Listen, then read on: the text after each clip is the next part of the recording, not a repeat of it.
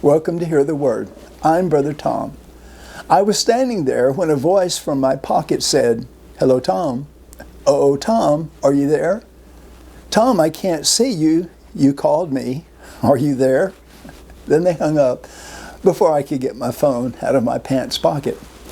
My phone had called someone for me on FaceTime, which means the camera and the microphone were on so we could see each other. Or they could only see the darkness inside of my pocket. Life is full of surprises. We never know what to expect. There are some things that we cannot control. We just have to roll with the punches. We must be on guard because people observe the things we say and do. I agree with the person who said, "You are the only Bible some people will ever read." How sad. I confess my example is not very Christlike sometimes. If we see a brother living in sin, we are commanded to try and restore him. Galatians 6:1. "Brethren, if a man be overtaken in a fault, ye which are spiritual, restore such a one in the spirit of meekness, considering thyself, lest thou also be tempted." We are not to shoot the wounded, but rather love them back to Jesus.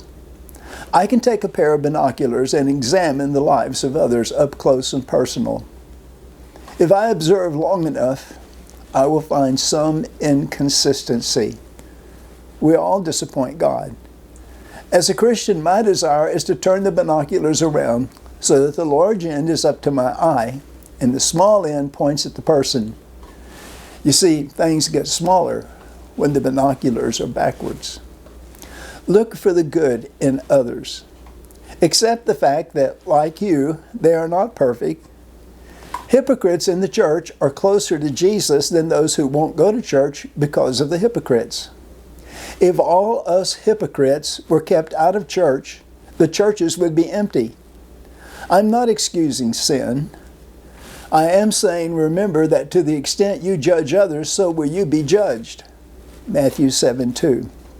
"For with what judgment ye judge, ye shall be judged, and with what measure ye met, it shall be measured to you again."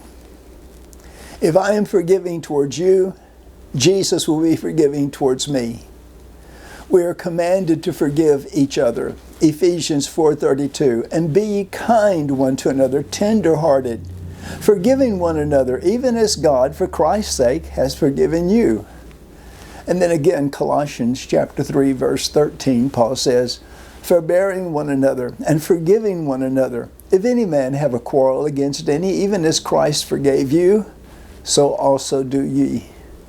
We must forgive others if we want to live a spirit-filled life. And may I add, we must forgive others too, and ourselves. Jesus forgives us. We must follow his example. Roll with the punches. Expect the unexpected. Be kind and forgiving. Enjoy the Christian adventure. Blessings till next time. Bye for now.